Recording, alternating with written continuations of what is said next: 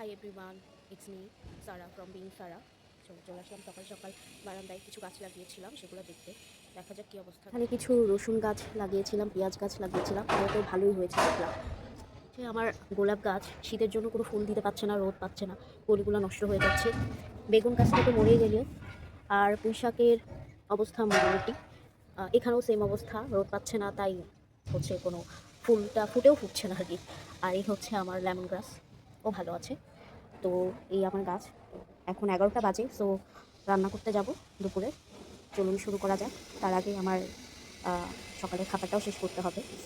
So আমি আসলে দুই বেলা মিল নিই, একটা হচ্ছে সকাল 11টার দিকে, একটা সন্ধ্যা 6টায়। তো এখানে আমি হচ্ছে 1 কাপ ভাত নিয়ে নিলাম, 1 কাপ ভাতে নিব। আর এই যে এটা হচ্ছে সবজি, এই সবজিটা দিয়ে ভাতটা খেয়ে নেব।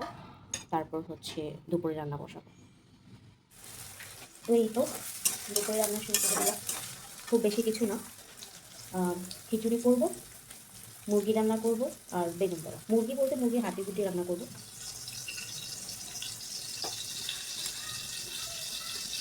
এখন মুরগিটা এক এক করে মুরগির মশলাগুলো দিয়ে দিব। এখানে আমি নিয়ে নিলাম আদা বাটা। এবার বেগুনগুলো হচ্ছে উল্টে নিব। একটা হয়ে গিয়েছে, মুরগিটা এক এক করে লবণ কালি চিনি গুঁড়া দিয়ে থাকি আমি। আস্ত দিলে আমার ভাই বোনেরা হচ্ছে খেতে পারে না, মানে দেখলে রাগ করে যেটা, তার জন্য গুঁড়া করে নিয়েছি। তারপরে হচ্ছে এলাচটাও গুঁড়া করে নিয়েছি, আর একটু বেশি পরিমাণে দিব যেহেতু হাতে কুটি রান্না করছি। জিরা, ধনিয়া, মাংসের মশলাটা করতে থাকে। এদিকে আমার বেগুন বড়াগুলো হয়ে গিয়েছে, ওগুলো উঠে দিচ্ছি। আমি চা বসিয়ে দিয়েছি, এদিকে আমার মাংসের মশলাটাও বসানো হয়ে গিয়েছে। তো এখান থেকে কিছু মাংস এই যে এখানে আমি তুলে নিব, সরি মশলা তুলে নিব। কারণ আমাদের বাসায় একজন আছেন যিনি হচ্ছে মুরগির পাটা বা হাড্ডি কুড্ডি খায় না, এবং মুরগির পা দিলে হচ্ছে আপনার সেটা সে সেখানে সেই তরকারিটা খায়ও না। তো তার জন্য কয়েক পিস শুধুমাত্র মাংস হচ্ছে রান্না করব। তো আলাদা করে এটা তুলে নিলাম, এটা আলাদা রান্না করা হবে। আমার হচ্ছে দিনে একবেলা চা খেতে হয়, দুধ চা। চিনি খাই না, বাট হচ্ছে খেজুরের গুড় দিয়ে আমি 1 কাপ দুধ চা খাই দিনে, এটা আমার খেতেই হয়। জানি বাজে অভ্যাস, কিন্তু কোনোভাবেই আসলে ছাড়তে পারছি। কষাবো মাংসটা। জানি না, আম্মু বলে যে হচ্ছে যদি মুরগি মাংস এরকম না ঢেকে কষানো হয়, তো মুরগির যে একটা স্মেল আছে, যেটা অনেকের কাছে ভালো লাগে না, আমার কাছে তো মোটেও ভালো লাগে না, সেটা হচ্ছে থাকে না। তো তার জন্য আমি সবাই বেশ খানিকক্ষণ কষিয়ে নেবো। আর এই সেই হচ্ছে আপনার খেজুরের গুড় বা লালি বলে অনেক জায়গায়, যেটা দিয়ে আমি চা খাই।